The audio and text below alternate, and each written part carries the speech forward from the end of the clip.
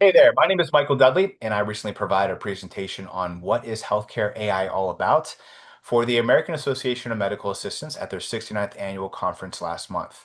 If you're not familiar with the AAMA, this allows medical assistants to pursue a certification, become a certified medical assistant, and cover a number of different topics. This conference had about 500 or so attendees, and I was scheduled to discuss AI for about 2 hours.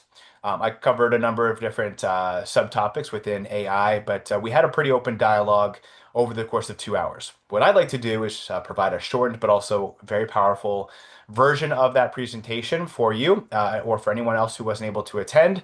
To be able to learn how to use AI in your role and be able to use it to work at the top of your license. And also, more importantly, be able to use this opportunity to leverage AI to push your career to the next level. I do believe almost every health system in the next probably 3 years will have an AI division, and this is a great opportunity for you to be able to use AI to propel your career and allow yourself to be much more valuable at your organization. So let's jump into the content. I'll share my screen. We'll walk through these together.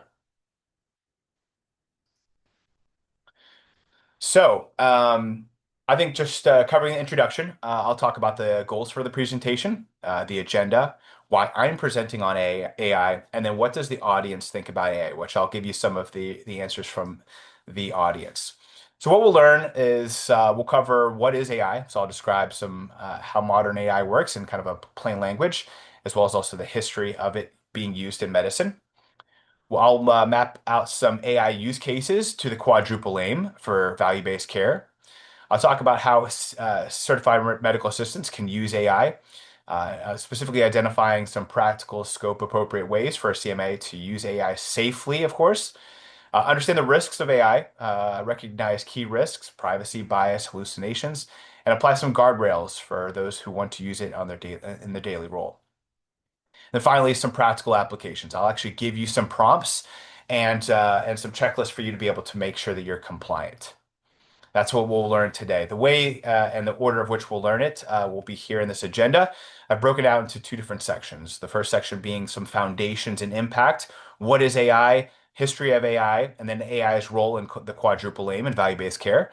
And then we'll get much more in the weeds called hands-on and safety, day in the life of a CMA. So I'll actually provide some use case playbooks.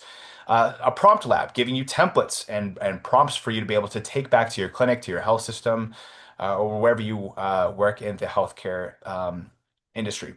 I'll provide some risks, bias, and governance, provide you, in fact, a safety checklist, and then encourage you to start a pilot and give you some practical ways for you to plan and change the course of that pilot as you try to put it into place. So I'll first just talk about myself. I'll keep this relatively short, but I'm a healthcare nerd who's very passionate about technology's impact on the quadruple aim. As a personal story on how I got into healthcare, I had certainly pursued some after school, after graduation, pursued consulting and specifically got into technology. But it wasn't until I had a personal passion. I had done some fitness competitions in the early 2010s. And I realized I was just really passionate about how our body reacts to insulin, cortisol, micronutrients, macronutrients, and just understanding how to manage my weight. And I really enjoyed that process. And I realized that this is something I'm really passionate about. I turned that into some health coaching. I helped about 50 people reach their goals. Most of it was friends that just reached out and said, "Hey, how'd you do that? Can you help me? Can you help me put on some muscle? Can you help me lose some weight?" Here's a picture of my sister. I'm really proud of the 52 pounds she lost in about 6 months. From there, I pursued an opportunity to do healthcare as an everyday, as a part of my career. And that was an opportunity given to me through Greenway and also NextGen, which are both EHR systems. That really catapulted me into understanding how physicians, care teams were using technology and helping coach them to be able to use it effectively in order to improve outcomes. From there, I've been able to help a few startups be able to use AI as well as also some other data and analytics to be able to help people move into value-based care and to perform better, to provide better outcomes, and be able to lower the total cost of care. Starting with in Gooden, we're able to use AI for chronic care management and being able to use basically pull data from the the dictation or the non-discrete data and help that combined with the discrete data to put together a care plan for care navigators to reach out to patients. Very proud of my time there. Also spent some time at Pearl, which is an ACO, really being able to leverage a variety of different data sources to um, meet the patients at the right patients at the right time, specifically around care management and transitional care management. As you can tell, care management, kind of going back to my own personal passion of coaching and helping patients manage whatever type of health goals they have, has been pretty core to what I've been doing. And then here recently, I've joined Arcadia, which is a technology firm, really handling everything from value-based care, everything from quality reporting to risk stratification to care management as well. So that kind of gives you an idea of why I'm so passionate about AI, healthcare technology, and really how it impacts the patient on a daily basis. I think it's also fair to mention that everything in this presentation are my own opinions. However, I do work for a company called Arcadia. I mentioned just briefly kind of some of what they do, but I think this is important to just understand when you think about healthcare data, that data is longitudinal, meaning that unlike any other data source, if I were to give you all the biomarkers my body could give you, it it is only just one data point. You just have where my health is today. And the goal for healthcare data is to have longitudinal, meaning that you understand how my health is trending, how it's projecting over a long period of time. The best way to do that is have data. So Arcadia started out doing quality reporting and improving documentation in the EHR. And since then, we've been able to collect about 300 million patient records and their trajectories and their trends to really help groups be able to do benchmarking and be able to understand where is this patient going with their health. And there's a lot of applications to this. I won't get into too much more, but I do think that there's a lot of use cases for data, for analytics, and of course AI as well. There's allowing it to be used by the patient and by the members, allowing care teams and those liaisons, whether there's a caregiver or someone else, to be able to use that data, to use that technology, to use that AI. There's a point of care. This would be typically a physician or a clinician being able to have this data at their fingertips to be able to make those right decisions when they're making a diagnosis and other criteria. There's using AI and other analytics in a coding and a billing perspective to make them more efficient and effective. Of course, analysts and actuaries need as much data as possible for them to be able to make projections. There's data science and research to be able to identify new and innovative ways to provide care. And then, of course, IT operators being able to use the data as much as possible, providing some self-healing functions. So there you go. That gives you a little understanding of Arcadia and why Arcadia is in the business of AI, and hopefully that kind of sets the stage for what we're going to be discussing today. So in this presentation, I polled the audience. I said, let's get a pulse on your perception of AI. I asked who's used AI for their personal use in the last month. I got about 50 to 60% of people's hands raised. I asked then who has used AI for work in the past month. I probably got probably 35 to 40% of the room raised their hands here. Less, but actually much higher than I thought would be the case. And then I asked a less binary question. I said, what are you most worried about with AI? Is it privacy, accuracy, bias, job impact? Immediately, some of the answers were, well, I'm afraid of losing my job. I'm afraid of being completely replaced by AI. I think I next got some answers. I'm worried about getting paid less because AI is taking over some of my role. I even heard some people just say, I'm worried about how AI could hurt patients and the patient safety. I think all of these are fair responses and reactions to AI. Then we asked what takes up the most time for those attendees who are medical assistants. Is it inbox, chart prep, documentation, patient education, outreach? And a lot of them described, I think it's getting inbound calls, it's talking to patients, it's all the documentation that goes around healthcare. Those were some of the ones that stood out the most. What I described, kind of as a follow-up to those responses, is that AI is a team tool that supports workflows. It doesn't replace any judgment or expand the scope of an MA, which I think is really important. I think for the goal of the presentation is hopefully to address each one of these concerns of how is it going to replace you? Is it going to make you get paid less? And I think you'd be surprised by the results. So let's start with what is AI, and this is a little bit drier, but I think it's always important to be able to understand what the capabilities of AI are and be able to break down what are we actually talking about here. So this is a definition from the National Institute of Standards and Technology. Artificial intelligence or AI system generally refers to an engineered or machine-based system that can, for a given set of objectives, generate outputs such as predictions, recommendations, or decisions influencing real or virtual environments. So there are four really key components of AI. There's perception, using data from the environment around you to be able to understand the world. There's reasoning. So now trying to draw conclusions, trying to solve problems, or making predictions based on that available data. Next is learning. So improving performance over time through experience, often using techniques like machine learning or deep learning, if you've heard of those. And then last but not least, action. So actually making decisions or performing tasks such as controlled robots, generating text, or recommending actions. So these certainly are all kind of key components that you might not even know are happening. Our systems specialized. So AI, narrow AI are systems specialized for specific tasks like chatbot, image recognition. There's also general AI, a hypothetical system that can perform any intellectual task a human can. And then super intelligent AI, a theoretical level beyond human intelligence, which we're closely getting to that point here in probably the next year or so. Some examples of AI applications that you might be familiar with. Some are virtual assistants, such as Siri, Alexa. Sorry, they kicked me off there. Hopefully you can see this now. So we kind of just talked about narrow, general, super intelligent AI. Some examples of AI applications, though, you might be familiar with. Virtual assistants like Siri, Alexa. Some recommendation systems such as Netflix, Amazon, Spotify.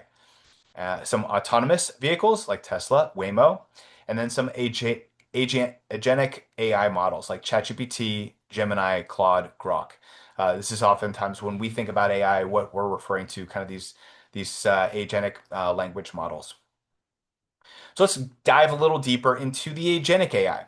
Let's look at there's really two different logics. There's decision logic and a functional role. So let's get into first decision logic. So there are a couple different agentic types. One, it would be simple reflex agents. These act upon defined rules and respond to specific conditions without considering past or future reactions. It's literally a reflex. This happens, then this happens. There's a model-based reflex agent. These create an internal model of their environment, allowing them to consider past states when making decisions. There are goal-based agents. So these agents make decisions aimed at achieving a specific outcome, selecting one best next step. Give me one answer. Give me the best. There's utility-based in agents. These work towards goals and maximize preference scale with multiple solutions. There's learning agents. These adapt and improve their behavior over time based on experience and feedback as predictive agents that use historical data and current trends to anticipate future events or outcomes. There's multi-agent systems. These are several different agent types working collaboratively or competitively within a shared environment where which each agent has kind of specializes in a specific task, allowing them to handle more complex problems. Which sometimes you'll hear heavy as kind of an example, a defined version of how these groups are set up. And last but not least, there's hierarchical agents. These operate across different levels, each responsible for distinct decisions within a structure. Lower level agents handling specific tasks, and higher level agents managing broader objectives. So let's talk about functional roles. This would be kind of more of an application. Who's using it? How are they using it? There are six specific functional roles I'd like to discuss. One is customer agents. These are designed to engage with the users, answer inquiries, and handle routine customer service tasks, usually 24/7. There are employee agents. These assist in HR, administration, productivity tasks, helping employees manage schedules, training, and day-to-day operations. There's a creative agent. These support content creation by generating text, image, video content based on specific inputs. You've probably maybe created an image or a meme or a video using AI. This would fall under creative agents. There are data agents. These handle large-scale data processing tasks like data cleaning to analytics, working on information retrieval, agents to extract insights from within massive data sets. This kind of falls into what our Arcadia is focused on. There's coding agents. These assist software developers in creating and maintaining applications and systems by streamlining several tasks. So you can actually have AI create and write code, even create an entire website all by itself. They talk about for AI, the AI language will be English, meaning that as compared to all the SQL codes and all the different types of languages out there, programming languages, English will be the one that ultimately prevails as you tell the prompt what to do, and it will write that code for you behind the scenes. There are security agents. These monitor systems can continuously detect anomalies and respond to threats in real time. All right, enough about the definitions. Let's get into what is AI in healthcare today. There's really three primary applications of AI that you might see in healthcare. One is pattern recognition. This is or machine learning. This finds signals in vitals and labs, messages and images, identifies patterns and shows you where there might be something a little different, something that might stand out, kind of giving you a red flag. There's generative AI. These are large language models. This will help you to draft, summarize, provide explanations or translations based on all of the information, all of the language that might be in like an EHR or it might be in like a note or something to that extent. And then there's decision support. These are not orders. These would be like risk flags, task routing. These are all supervised though by clinicians. So some key terms we'll talk about is model, training data, prompt, hallucination, bias, transparency, and audit trail. We'll cover all these here in the next few moments. One takeaway that I think is impactful, and I hopefully if you walk out of this presentation you learn is that you want to treat AI like a skilled assistant that you must supervise. Okay, so let's talk a little bit about the history of AI. We'll keep this relatively brief. I went into more detailed chronological description during the presentation, but I'll give you just kind of the summary. AI actually dates back to the 1950s. Some early foundations of AI in healthcare. These AI began as experimental field with pioneering expert systems like Mycin, demonstrating both the potential and early limitations of machine learning in medicine. Feel free to take a look at some of those examples. In the 80s and 90s, these were knowledge-based systems. So rules-based expert systems expanded into hospitals and early EMRs, showing that AI could support real clinical workflows through scalability and rigidity remain obstacles. In the 2000s, these were data-driven approaches. So the rise of the EHR and statistical methods marked a turning point, enabling predictive modeling, computer-aided imaging, and natural language processing for administrative efficiency. Um, some pretty cool stuff there, especially in radiology, where it was one of the first to take off in automating that. In the 2010s, this would be deep learning revolution. Breakthroughs in deep learning transformed medical imaging and diagnostics, pushing AI performance to near human levels and bringing chatbots into direct patient interaction. And then, of course, 2020s all the way to today, AI at the bedside. So COVID-19 catalyzed widespread adoption of AI tools, while generative AI and large language models are now embedded into the healthcare workflow, with regulation and ethics becoming central. This would be really where we're at today, and it's continuously evolving as we go through. Great. Again, that was a little more dry, but now how do we use AI to improve healthcare? What does improving healthcare mean? Which will, from my perspective, really kind of take into four different categories, which we call the quadruple aim. So if you're not familiar with the quadruple aim, it's the term typically first came from the triple aim, and now we even have some people talk about the Quinn aim. But I'm going to focus on the quadruple aim, which really focuses on four different categories of how we can improve healthcare. And I believe if we can improve healthcare in these four categories, we'll really make a difference and provide better outcomes for everybody. So let's talk about improving patient experience. So the traditional aim would be delivering care that is safe, effective, patient-centered, timely, efficient, and equitable. Uh, so how uh, so today, care teams can focus on whole person care by ensuring patients feel heard, supported, and cared for beyond the exam room. The second category would be better health outcomes. This would be actually improving the health um, of populations by addressing preventative and chronic care. So the goal really here is to shift from reactive sick care to preventative care by identifying and prioritize high risk and rising risk patients. High risk patients are the patients who are constantly showing up in our health systems, whereas rising risk patients are patients who maybe not showing up all the time, but they have a trajectory, and they might have some for some reason going in the wrong direction. They could become a high risk patient. And so I think when it comes to helping patients, a stage 5 cancer patient, there's really just you're managing costs, you're managing their care. But if you find out someone's newly diagnosed with diabetes, that's the perfect time to get engaged with them, help them manage that chronic illness so that later down the line it does not turn into much worse conditions. Next is lowering the total cost of care. The traditional aim is to reduce the per capita cost of healthcare to create savings. The goal is really to reduce unnecessary ER visits, duplicative testing, fraud, and hospitalizations. And last but not least, improve care teams' well-being. The traditional aim is to support care teams to reduce burnout and increase satisfaction. Team-based models that have aligned incentives and share responsibility can reduce burnout. So this last one was the fourth to be added to make it the quadruple aim versus the triple aim.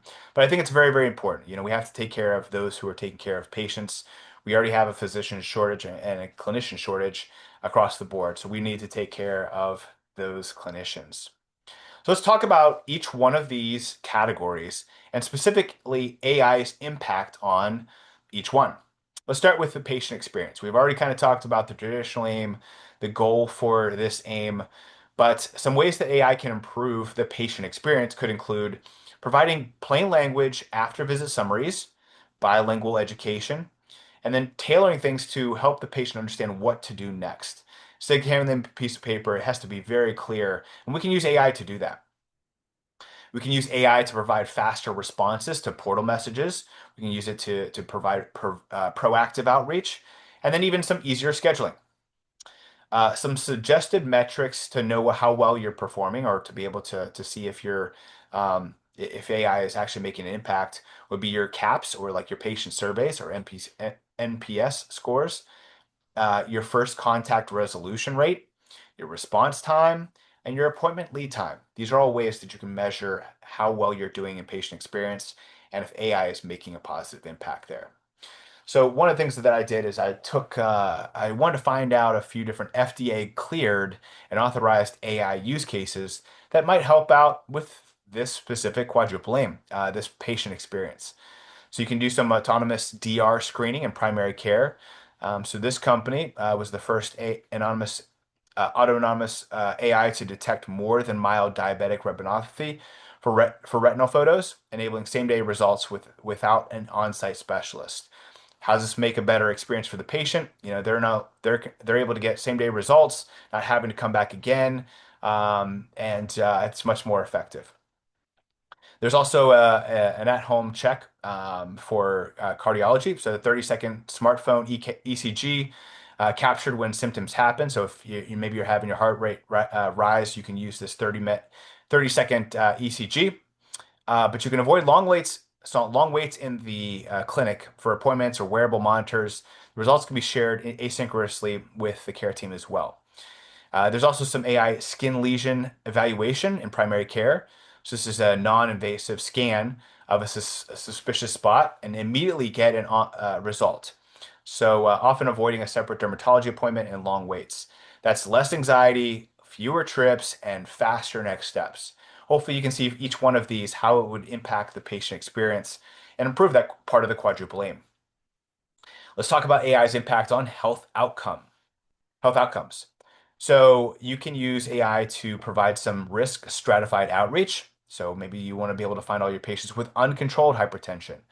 or be able to identify which patients might have some care gap closure, or maybe some high-risk panel surveillance. Some examples of these might be a remote monitoring, signal triage, and prioritization. Meaning that if someone does have remote patient monitoring and they're getting a lot of data, you don't have to look at all that data, but it might be good for AI to let you know when there's something that falls outside of a specific range. And it's very important for a clinician to see when that red flag pops up. Some metrics to determine if you are having good health outcomes. One would be your A1C score, making sure that that or your blood pressure are controlled. Whether you've done a lot of screenings around colorectal or breast screening, breast exams, immunizations, readmissions, utilization. So if you're tracking how your utilizations or you're tracking your readmissions, making sure that your readmissions are being reduced. These are some very standard ways that you can tell whether you're doing very well in the better health outcomes. Here are some FDA cleared authorized AI use cases. Feel free to copy this or maybe pause the screen and take a look at these and read these in more detail. I'll kind of skim over them just for sake of time. But colonoscopy, allowing AIs to be able to see that and have a better detection rate. Maybe a stroke triage or coordination, allowing AI to be able to look across different stroke measures and be able to improve that. AI for screening mammography with DBT. So, for instance, here's an example where 24 radiologists with 260 DBT cases using AI was able to improve the sensitivity, improve the false positives and the recalls, improve the reading time by 52.7%, which is basically from halved. And then that's earlier detection and fewer unnecessary callbacks in less time. So again, you're improving the outcome, you're helping patients stay healthier using AI. Let's next talk about the total cost of care. These are some ways to use AI to reduce the costs that patients are using. One thing you could do is you could use some automation of repetitive tasks like chart prep, education, forms. You can also use AI to detect diseases and new conditions earlier in the life cycle. Some ways to tell if you're doing well, if you are lowering the total cost of care, is if you're able to avoid ED or urgent care visits. You're able to look at PMPM trends, the cost on a monthly basis of your patients. Identify the no-show rate or care gap closure efficiency. These are all ways that you can probably tell if you're lowering the total cost of care. So here's some ways that you can lower costs through high quality care using AI. So you could use an AI risk fracture detection. So this allows you to be able to potentially shorten the ED throughput and avoid extra imaging and consults.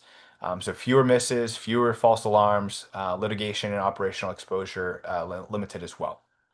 A pulmonary embolism triage. This allows you to be able to flag suspected PE on CT to speed care coordination, reducing delays and utilization.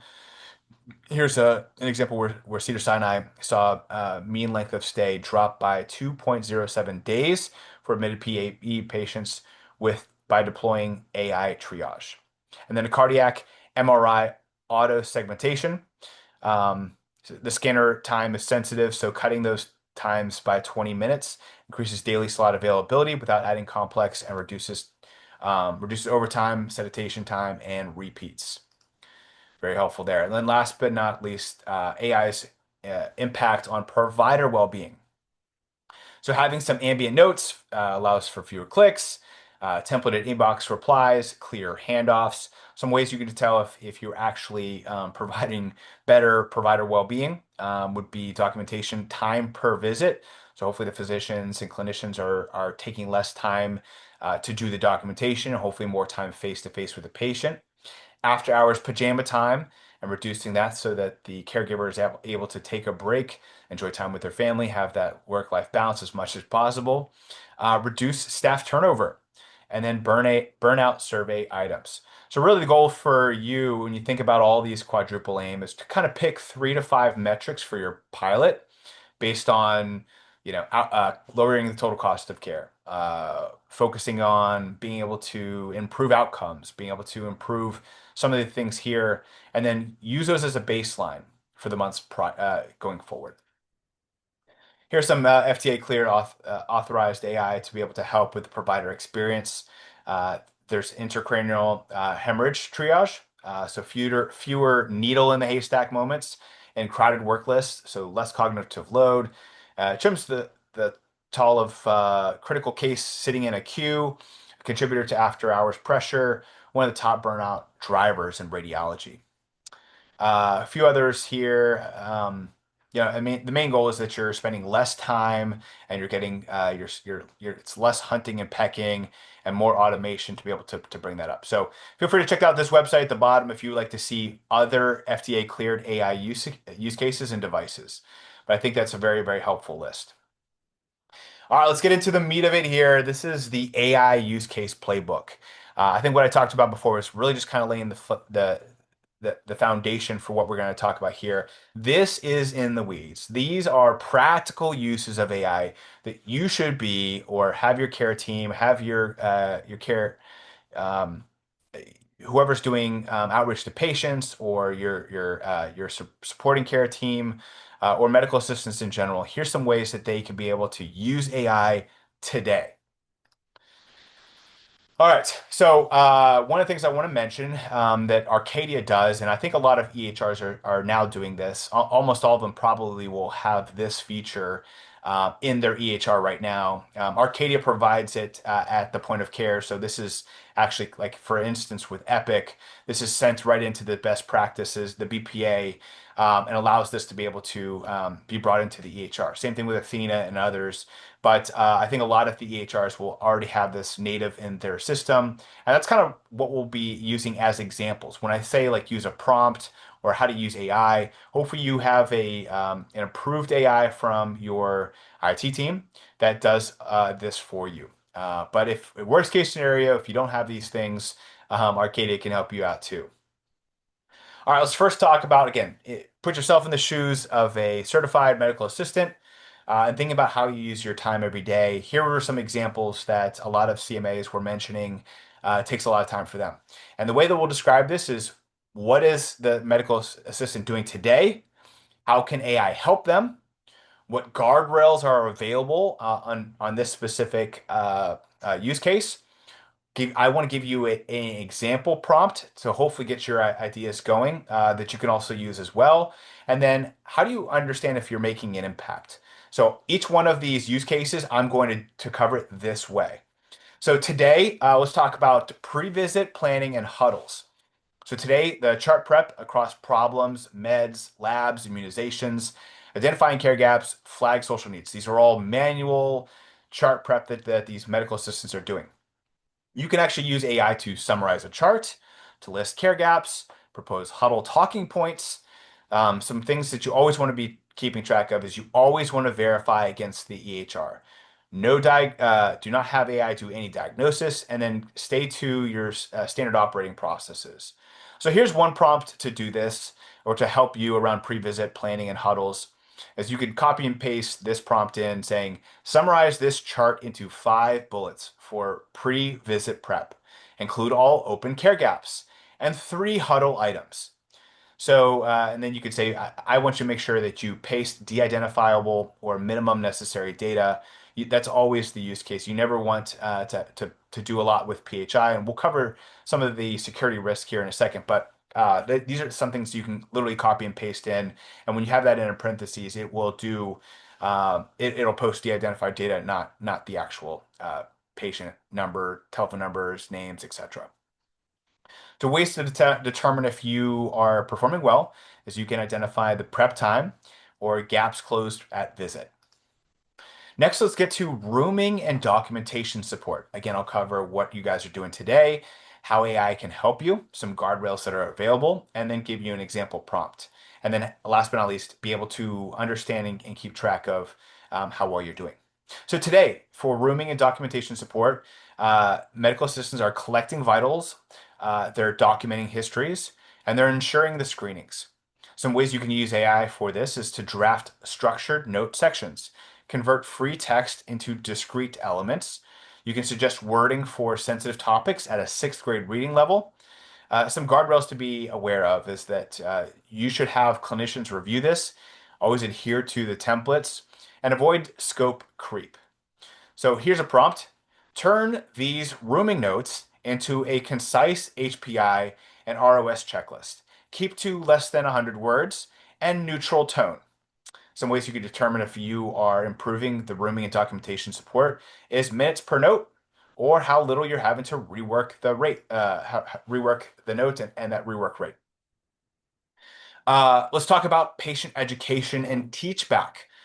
So today, medical assistants are providing handouts that are relatively generic, or maybe even a high level, high reading level for those that may not be able to, might have a fifth grade reading level as an example. So you can use AI to personalize these educational material. You can make AI be able to make it bilingual. You can be able to use AI to provide plain language instructions with teach back questions. Some things to be aware of is use approved sources and then include when to seek care now versus later. Like as an example, for bilingual, one of the suggestions we got is that if you were to say, hey, maybe you have someone that speaks, say Russian, you only have information that's English or Spanish, you can actually say, hey, AI, translate this to Russian. And then you can actually put that same, you can copy and paste whatever it gives you, put that in maybe a different chatbot and say, now, AI, translate this from Russian to English, and just make sure that it's the same message, and that way, just to kind of double check. I thought that was a really helpful hint. But here's a prompt that can help you with patient education and teach back. You can copy and paste this, which says, create a fifth grade reading level handout on new hypertension meds. Include how to take, 3 side effects, when to call, and a 3-question teach back. I thought that was very helpful. Some ways to be able to determine if you're performing well, some metrics would be patient understanding scores, and then if the callbacks are reduced. So you're getting less calls from patients saying, hey, I don't know what I'm supposed to do. I lost my paper, or I don't know what this is trying to tell me to do. Let's move to care gap outreach and panel management, one that's close to my heart here. Today, these are lists are manually pulled, reports are manually run, and there's usually just a one-size-fits-all script. Some ways to use AI for this are to be able to prioritize outreach lists, tailor scripts to patient history, and preferred language. So you could actually use it to generate texting, portal, email drafts as well.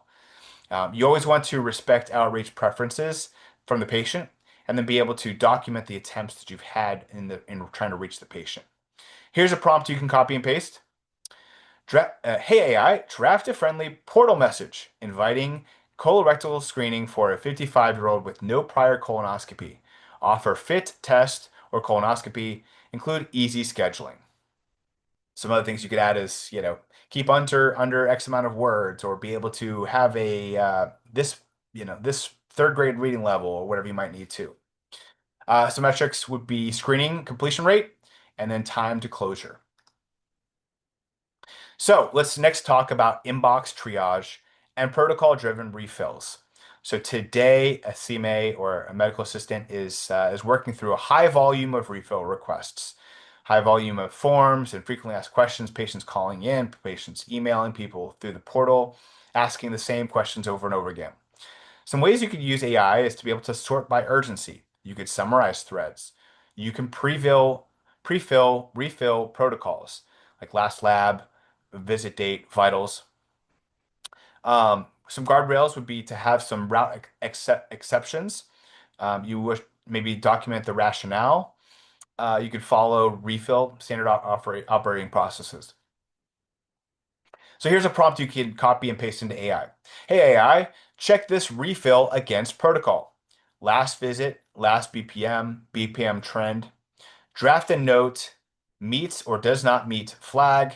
Sorry, yeah, meets or does not meet, and then flag if the PCP needs to review this prescription.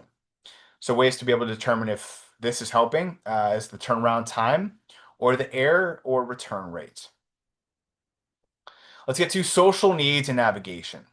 So today, medical assistants are providing inconsistent screening and referral follow through. You can use AI to convert social determinants of health screenings into action lists, generating referral checklists, explain benefits eligibility in plain language. Some guardrails to be aware of is having a list of local resources and having those vetted. Then you want to always avoid giving legal or financial advice to these patients. So one prompt you could copy and paste is, "Hey AI, summarize social determinants of health screening. It's just three local resources for food insecurity and transportation. Produce a call script." Some ways that you can be able to track how well you're doing is having making sure that these referrals are being closed loop and you're being able to follow up and make sure that they were all done, and then your no-show reduction being improved and lowered. Next, let's talk about remote monitoring and risk signals. So today, medical assistants have an alert overload from all of these devices. So you can use AI to prioritize true positives. You can group trends. You can have it draft patient messages, like an elevated blood pressure trend. Some guardrails to be aware of is escalation thresholds set by the clinician, urgent pathways clear. So one prompt you could put in, "Hey AI, review the last 30 days of blood pressure logs. Identify a pattern. Now draw a supportive language with home blood pressure tips. Add red flag advice." So you can be able to know if you're doing well by just understanding your uncontrolled hypertension rates, your ED rates for hypertensive urgency as two examples. All right, so there we go. Those were the use cases. Hopefully, those were helpful. Those are some just common ones that medical assistants are doing every single day. Here's some templates you can take home. Part one. I have a total of 6. You can literally copy these and paste these into your approved AI tool, and then just adapt the placeholders. Some just general recommendations, no matter what prompt you're doing, is to tell AI, "Hey, this is my role. I'm trying to accomplish this goal." You can specify tone or reading level. You can specify limits, like, "Hey, keep this under 100 words." You can ask for uncertainty statements, like saying, "Hey, if you're not certain, let me know." You could add that onto literally any prompt, and it'll say, "I'm not so certain about this." And one thing to also be aware of is to never paste this more PHI than necessary. So here's a pre-visit summary template. You can copy and paste this into AI, your approved AI, that is. You are a clinical workflow assistant for a primary care CMA. Using the data below, produce 1, patient snapshot, problems, meds, allergies. 2, care gaps due today. 3 huddle bullets. Keep under 150 words. If uncertain, say so. And then you just paste that data. And it'll look through it all and give you, a snapshot, the care gaps due today, huddles, bullets. It'll do all that for you just from one prompt. Here's a second prompt around uh, bilingual education. You can say, "Create a 5th grade reading level handout on this topic in English and Spanish. Include why it is, why it matters, how to do it, when to call the practice versus going to the ER, and then end with 3 teach back questions." A third template to take home would be care gap outreach, or especially around a colorectal screening. So you could copy and paste, draft a friendly patient portal message inviting colorectal cancer screening, include empathy, 2 options, fit versus colonoscopy, a short why now, and a scheduling link placeholder. Keep to less than 750 characters. So you kind of see some trends here. The goal is that you're being very, very specific about what you want. And by setting those parameters, you're able to get all of this work done. And by copying and pasting this, you can save a lot of time and effort. Let's go over the part 2, these final 3 templates you could take home. So here's a refill protocol check. You could write in your approved AI, "You are an assistant with a clinic refill standard operating process. Based on the data, says meets or does not meet protocol. Uh, list some missing items, and then create a pre-routed message to PCP if needed, and then literally paste the data there. Last visit, labs, vitals, meds, etc. Remote patient monitoring triage as the second one on this page. Hey AI, analyze these device readings for 30 days. Summarize the trend, identify threshold breaches. Produce a patient message with self-managing tips and when to escalate. How cool is that, right? Save a phone call by sending them this message. And last but not least, plain language AVS addendum. So here's the template. Turn this plan into a plain language after visit summary. Use bullets, action steps for the next week, and when to call or when to go now. Keep this at an eighth grade reading level. So hopefully those templates were helpful. You can copy and paste those when you are interested in using those. I do think there is a caveat. I do want to talk a little bit about the risks, bias, and governance of AI in general, some key concerns, and then a checklist as well. So here's some concerns to be aware of when it comes to AI. Hallucinations. This is a big one that was really common before. It's still somewhat does happen still, but at a lot less rate. So for instance, AI wants to make you happy. Its goal is to give you an answer. So sometimes it can confidently make things up. So it's always important, no matter what, to go back and verify against the EHR. Very important there. When you can add on to any prompt. If you are not confident, let me know because it's still making you happy. It's still answering your question, but you're giving it an out. You're letting it know that if it's not confident, to let you know. Bias and equity. So historical data can encode inequities, monitor outputs for fairness across groups. So as you know, um, some patients have correlation versus causation, and there might be some things in the data that are actually showing showing that there might be some bias. Bias is a hot topic in any part of AI, but I do think it has some say in healthcare as well when you're looking at healthcare data. Some privacy and security. So always follow HIPAA and using the minimum necessary standard or the org policy, but only using approved tools. So again, a lot of these EHR systems are coming out with new AI in them, almost all of them, to be honest with you. And if they don't now, they definitely will in the next year or so. You also want to be able to have a scope of practice. So ADA does not expand the CMA scope. So you always want to follow protocols and then escalate anything when you're not sure. Last but not least, accountability. Keep an audit trail of all the prompts and outputs that you use across the entire organization. Very, very important, especially as you start doing prompts all the time. And then, of course, having a best practice. If it's in the chart, verify it. If it's clinical advice, escalate it. If it's PHI, protect it. That's probably something that's worth putting on your refrigerator there in the office. So here's a little checklist. Use only organized approved tools. Log in with clinic credentials. Two, share minimum necessary info. De-identify when possible. Very important.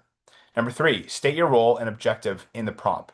You say, I am Michael. I work for Arcadia, and I'm speaking to this person. In fact, this presentation, much of it was actually helped to be created through AI. I said, I'm Michael. I'm with Arcadia. I'm speaking to medical assistants. I want to talk about the quadruple aim and also some risks and concerns. And for the most part, it gave me an outline that I used for this presentation. So I do think it's really helpful to be able to mention your role and mention the objective um, to get it all done. Number four, verify every clinical statement against the chart or the standard order process. Never guess. Number five, watch for bias. Check that advice is appropriate for language, culture, access, and disability. Number six, keep outputs in the record per policy. Don't paste any PHI into personal applications. Very important there. That is a security risk. Number seven, escalate uncertain or urgent cases to licensed clinicians immediately. And then number eight, document exceptions and decisions. All right, let's say you are interested in rolling out a pilot. This is one of the things kind of going full circle to the voting, or whenever I got kind of the poll of everyone, they said they were afraid of AI taking their job or making them get paid less. I actually, one of the comments they say is that a people using AI will replace people not using AI. AI will not replace people, but people using AI will replace people who aren't using AI. In the same way, um, as I mentioned before, there are a number of health systems, almost probably every health system I'm talking to is talking about AI. They're being pushed by the C-suite, the CEO, to be able to have AI going on. And so this offers you the opportunity to be more valuable to your organization by saying, "Hey, I'm raising my hand. I'm interested in creating a pilot." And guess what? You roll out this pilot, and when they're looking to promote people into an AI department, or or if on the other side of things they are trying to do a reduction in staff, you're the most valuable person on the team because you are the one who knows AI. This is a huge opportunity for you to be able to get a leg up and to really take part in what is the next upcoming industry within healthcare. And let's say you say, "Hey, I do raise my hand. I want to be a part of a pilot. Here are some ways that you can start a pilot at your practice or health system today, and how to look at it over a 30, 60, 90." So in the first 60 days, you want to pick 1 to 2 low risk use cases. These might be pre-visit summaries, plus maybe care gap outreach, and then approve the templates with compliance. So all those templates I gave you, you can use those, but you want to get those approved by maybe your chief medical officer or some other the doctor there at your practice. You want them to approve it as well as also your compliance team as well.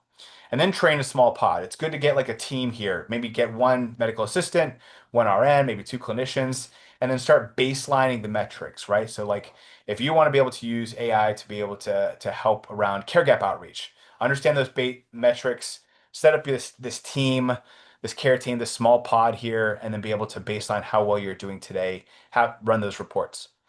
And then 60 days in, you should go live, having weekly huddles, talking about your wins. What issues are we running into? Be able to monitor the time that was saved, be able to monitor improvement in quality, be able to monitor feedback from patients, and then be able to adjust those prompts, adjust those standard operating processes based on that feedback, based on how well you're doing. Then 90 days in, you should be comparing to that original baseline and then decide if you want to scale up something or be able to try something new. Uh, then you want to be able to publish a one-page playbook and then update the standard operating policy binder.